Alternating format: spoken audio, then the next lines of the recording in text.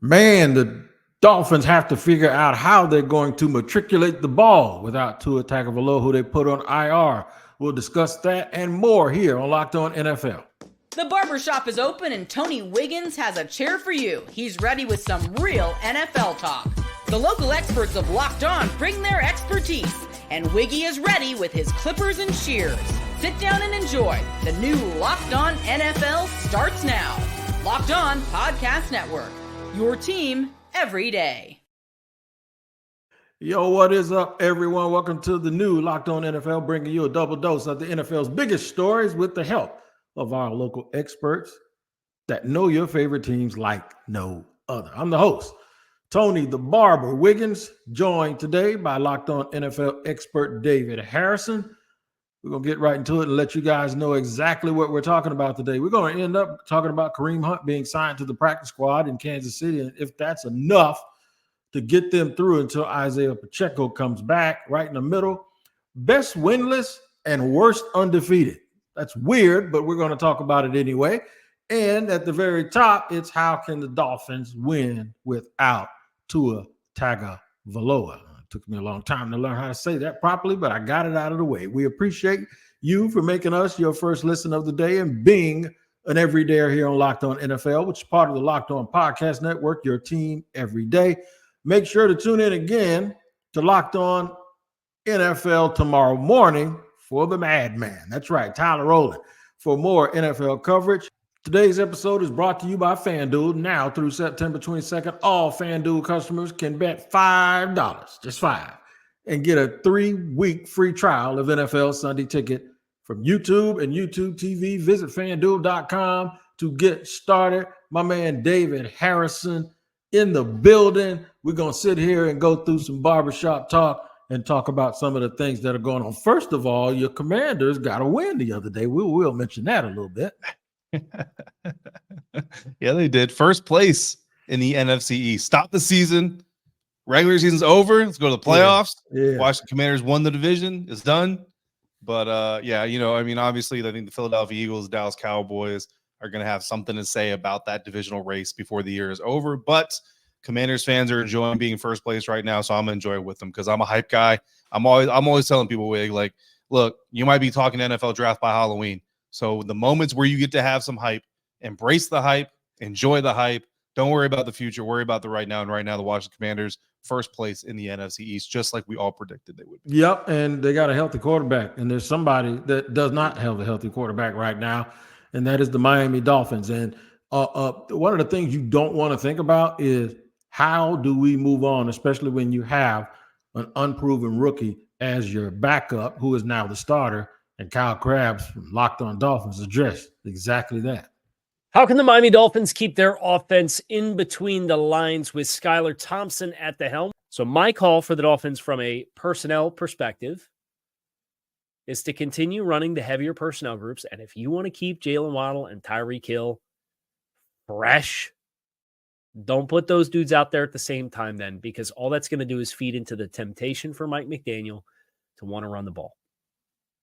And this is a gut check window for a lot of members of this offense in terms of how, if you're going to give yourself the best chance to win, what you need to do. Skyler is a little more athletic than Tua Tagovailoa. I do think he has a little bit more pop in his arm.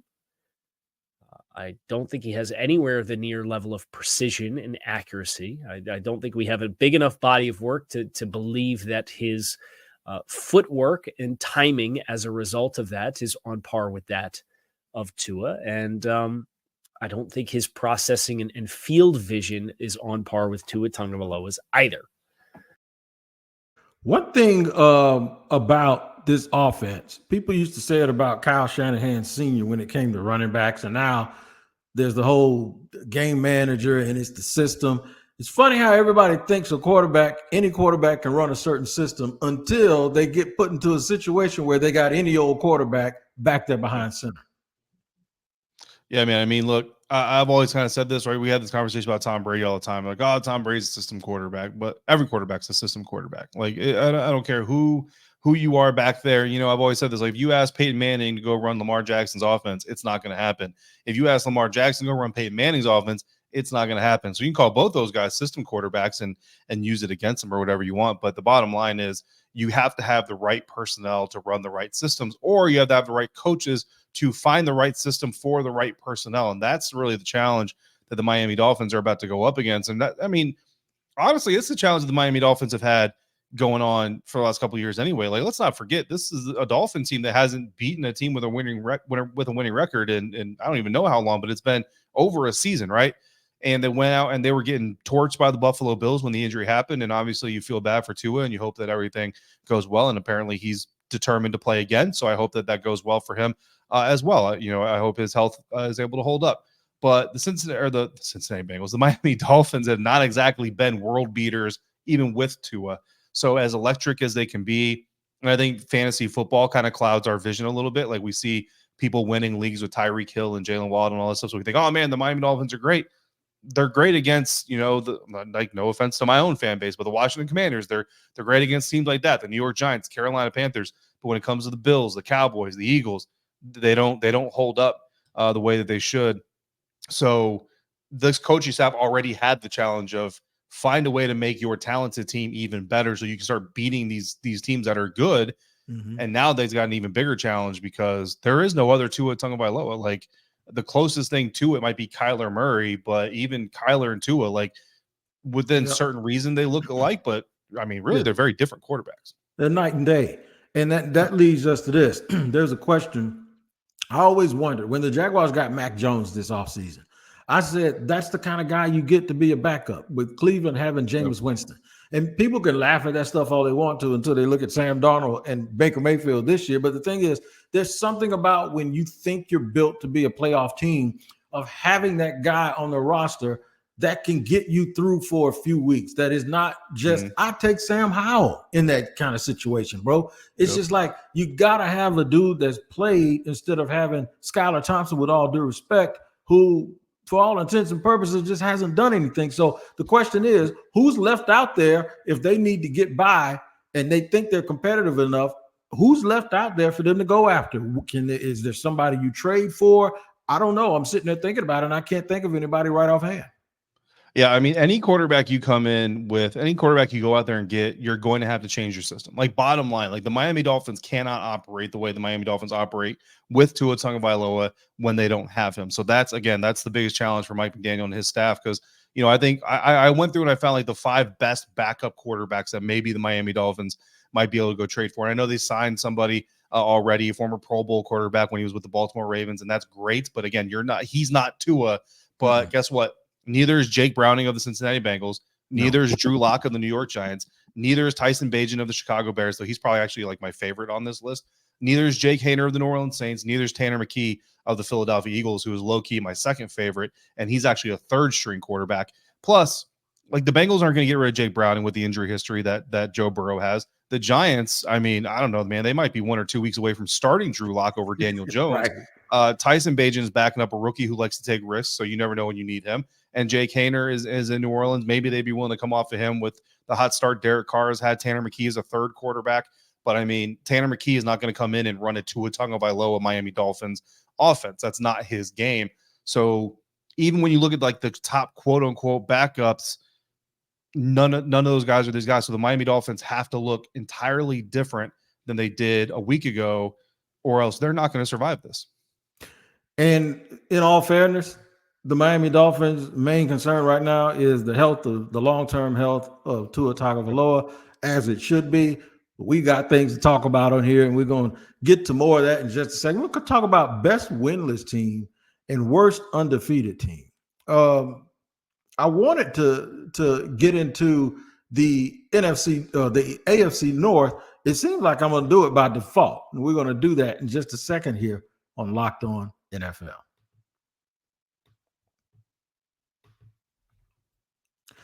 Today's show is brought to you and sponsored by DoorDash.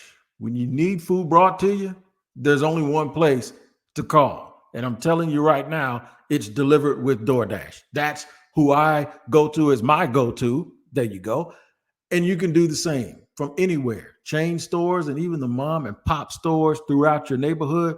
Man, the food comes. It's always still hot. They're very, very professional. and you never have any problems out of DoorDash. Here's the promo code I want you to get. It's called LOCKEDFall24 for 50% off, up to a $10 value when you spend $15 or more on your first order. Now, it's a limited time offer. Terms apply. Promo is not valid with orders containing alcohol. The promo code again is LOCKEDFall24. And today's show is also sponsored and brought to you by FanDuel. That's right, man. FanDuel makes it happen because they're the number one sports book in America. Been telling you about FanDuel for a long time now. I got something new for you, all right? Now through September 22nd, that's a whole nother week, all FanDuel customers can bet just $5 and get a 3-week free trial of NFL Sunday Ticket from YouTube and YouTube TV. I'm telling you, then with the YouTube TV base plan, you'll be able to watch every regular season Sunday afternoon out-of-market game. All you need is a Google account and current form of payment, and you can cancel anytime. I get a lot of my military people that are from Jacksonville that are somewhere else, and they can't get a game. And you can do it if you do just what I just said. Just visit FanDuel.com and download America's #1 sportsbook. That's FanDuel.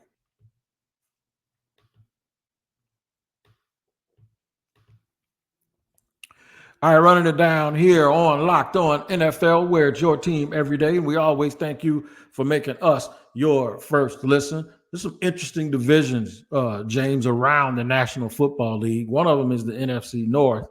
And you got some teams up there that are not doing well with Cincinnati and Baltimore. But then you have some teams that are doing well, but people are still saying, are they really doing well? But they seem to always say that about one team, and that team right now has some uncertainty at quarterback that they might be figuring out. Check this out. Alan, let's dig right into the lead topic, and that is Justin Fields. I'll get to Arthur Smith's offense in a bit here, but Justin Fields, still another game where he doesn't really pop off, but he does what he needs to do to get the team across the finish line. He's not the catalyst of everything, but he's playing to the role and playing the part well. 13 of 20, 117 yards and a touchdown, no interceptions. Had a couple big plays called back, including a touchdown pass to George Pickens, a 51-yard bomb to George Pickens that was a throw on a laser that was perfectly thrown.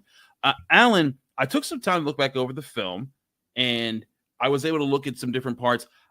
For the most part, I like the way that his internal clock is working. And I think that's a good sign for his progress. I still think he needs to put some things together, but I do think that speaks to Justin Fields doing the right things to be who the Steelers needs him to be. And that's at least putting him on the right track for keeping him in consideration for somewhere down the line in the future.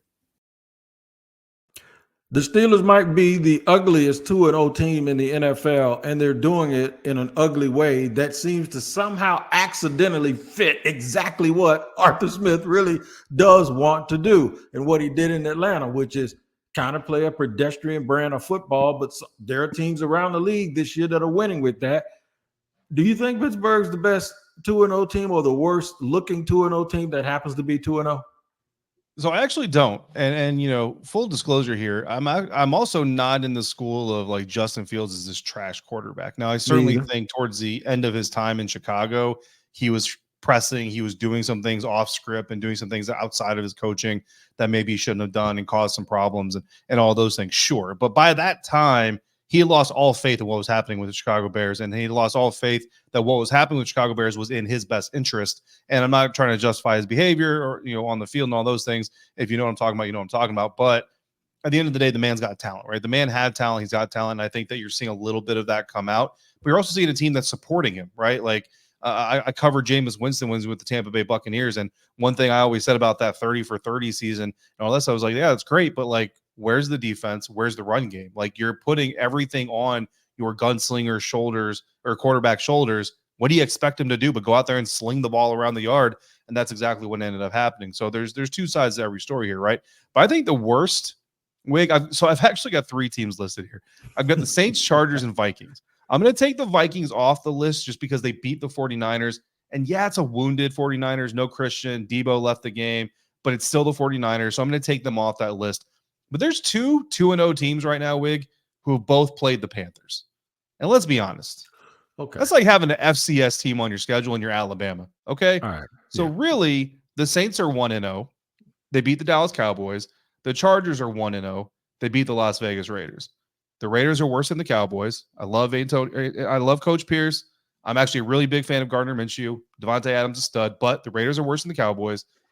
So the Chargers, by default, the Chargers are the worst 2-0 team in my book right now. That's a very, very interesting take. There are a lot of people that are really, really happy in those two cities that'll say, we don't care, we'll take it. But I warn people. At some point, Brian Daboll was doing real good, and it's not a sustainable way to win. I'll tell you something else. You did tell me earlier, because I asked you off the grid, who was the best 0-2 team. So you said the Bengals. I mean, you said the Ravens. You said Baltimore. I agree with you. So I didn't want to agree with you about everything. That's why I chose not to talk about them today. And I'm going to talk about another team because I think there's an interesting angle as to why the Cincinnati Bengals, even though they've lost to a really good team and a not so good team, and they lost two different ways. The good team that they lost to, they should have beat them, and they deserved to lose to the not so good team. There's an interesting concept that the Locked On Bengals crew has as to why they're struggling on offense. We talk a lot about explosive plays on the Locked On Bengals podcast, and through 2 games, the Cincinnati Bengals have sort of fixed the issue halfway. Let's break it down. Outside of, I'm trying to think. So they have 3 plays of 28 yards or more in 2 games. The 47-yarder to Jermaine Burton, the 37-yarder to Mike Gesicki on 4th down. Both huge plays, by the way, that led to points. And then the Jamar Chase 28-yarder. Guess what all 3 of those did, Jake? They led to points. 13 points scored on those. So explosive plays equal points. When you think about where the ball has gone for the Cincinnati Bengals, and last week we talked about yards after catch as an emphasis, that explains a lot of their passing game explosive play issues. I got one word for you, T. Higgins. And even though T. Higgins is not the big play guy on that team, the lack of his presence because of injuries is actually hurting. And maybe the fact that the other guy wants some money, but the lack of T. Higgins' presence, I think, is really, really hurting their ability to get the ball to Jamar Chase. No, it is 100%. Look, the Cincinnati Bengals, they love Jamar Chase, they love Joe Burrow, but Joe Burrow is not a dynamic quarterback. Like, he can move when he needs to and he can run when he has to, but he is not a guy that teams are coming in there saying, we got a game plan to stop Joe Burrow's feet. It's just not what you have to do. What you need to stop is Jamar Chase. And right now, that's really all you have to stop. Like, if you stop Jamar Chase, you have the opportunity to beat the Cincinnati Bengals. I'm not saying you will, but you have the opportunity. Look at the Kansas City Chiefs, man. So I'm breaking down this game, interestingly enough, because the next Cincinnati Bengals opponent, Washington Commanders, the team that I cover for this prestigious network, right? And I'm watching a lot of this Chiefs film and how they frustrated Jamar Chase. And, brother, they are playing triangle defense. You know the triangle offense. They're playing triangle defense around Jamar Chase. Not every rep, but most reps, there are 3 Chiefs defenders around Jamar Chase as he's running his routes. I don't think I've ever seen that before and on NFL tape, but you're 100% correct. You know why you can commit 3 defenders on some reps to Jamar Chase? Because you don't have T. Higgins out there. If you have T. Higgins out there, now you got to dedicate maybe 2 guys to his side of the field as well and what he's doing. And now maybe you get bracket coverage on Jamar Chase. Okay, but Jamar Chase is going to be able to beat that bracket coverage at times. And the other thing that teams are doing is they're playing the NFL against themselves, Wig. Because guess what the NFL never wants to see refs do?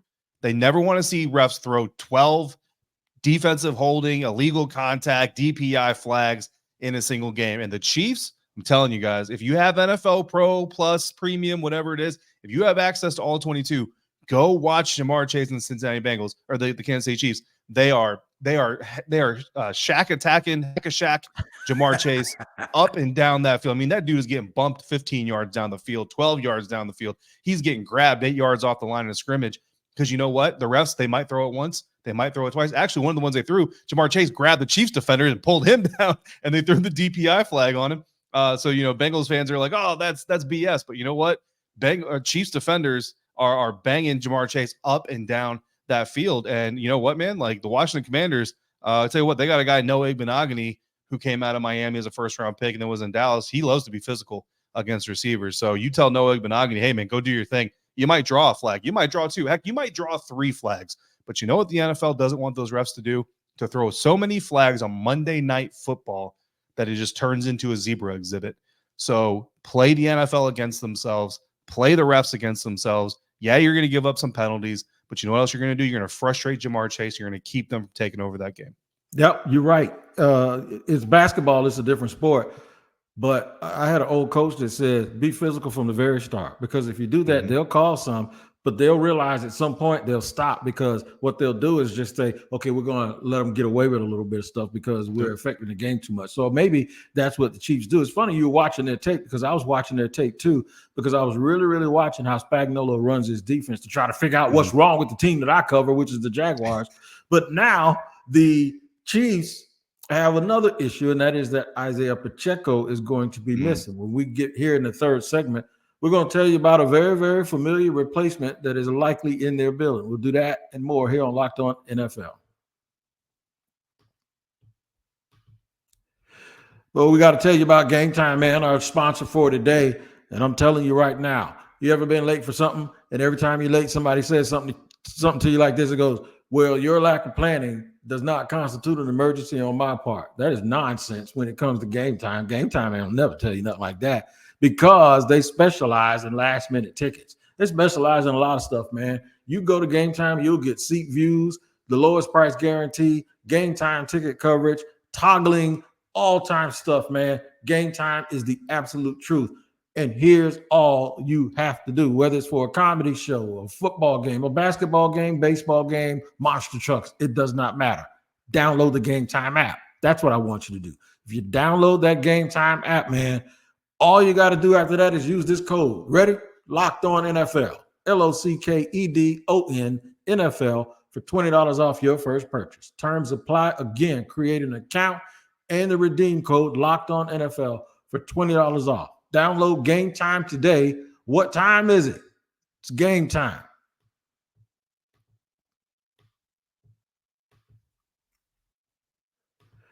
Third and final segment here on Locked On NFL. We thank you for joining us. Now, this is your first listen.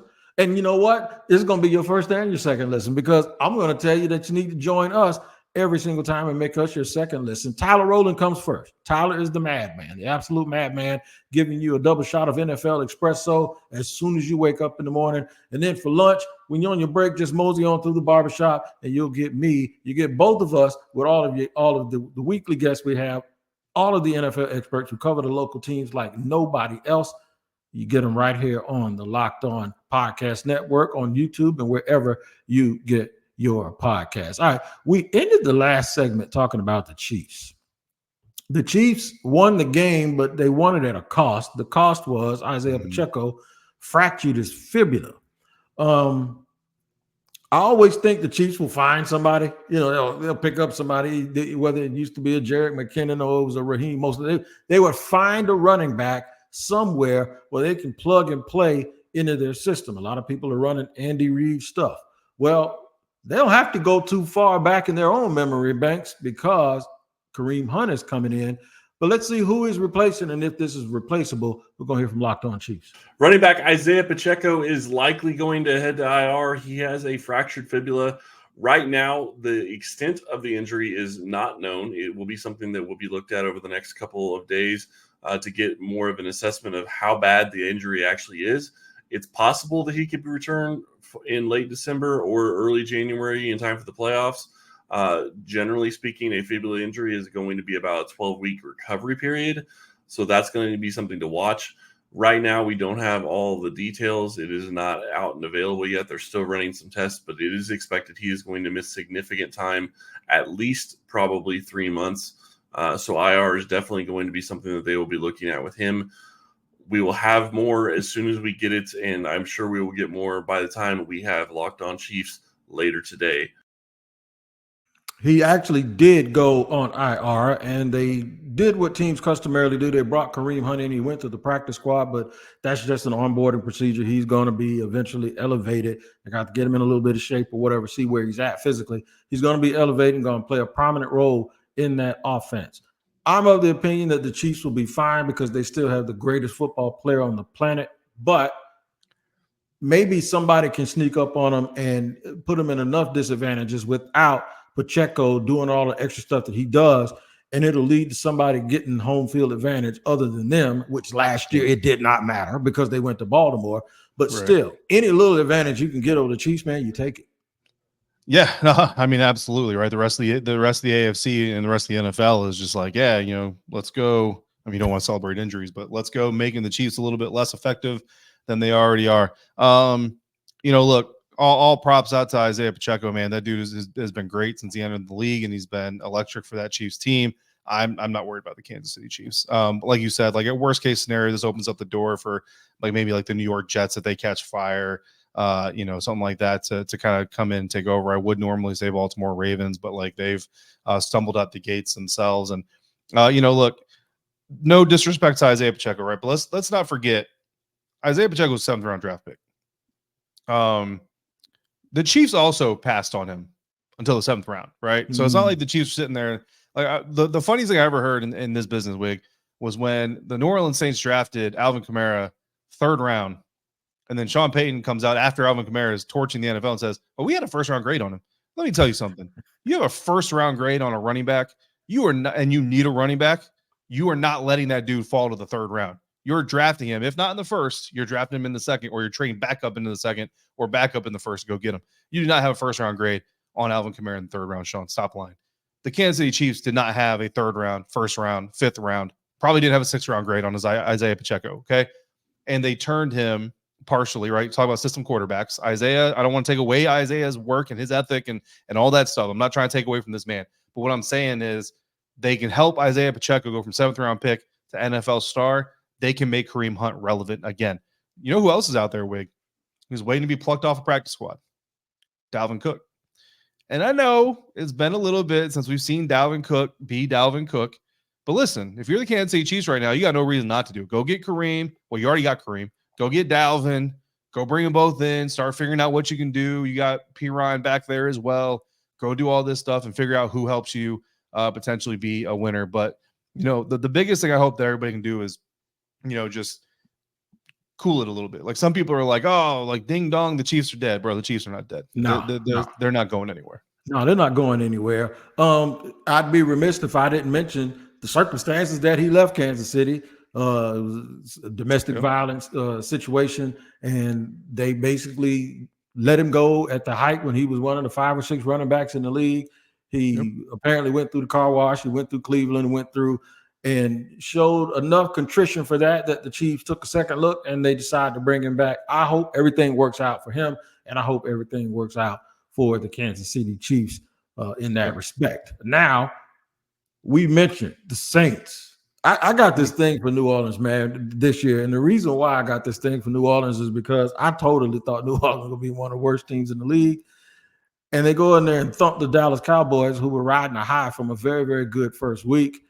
And now I'm starting to believe, and the real reason I'm starting to believe is because Dennis Allen can just focus on defense, and the offense is a dude named Clint Kubiak. But I want the New Orleans people to understand something. This is going to be short-lived because of the name Kubiak and because of the job he has done with New Orleans. I expect him to be a head coaching candidate next year. But let them enjoy this while it lasts. Listen to Ross Jackson. The thing that I think that every elite offensive system has is a duality. And that duality or dichotomy is that on one side of the football, the offense, for the Saints, for the team, everything's simple. Everything is simple. It makes sense. It fits. The triangle fits in the triangle hole. The square fits in the square hole. All those things. It all makes perfect sense.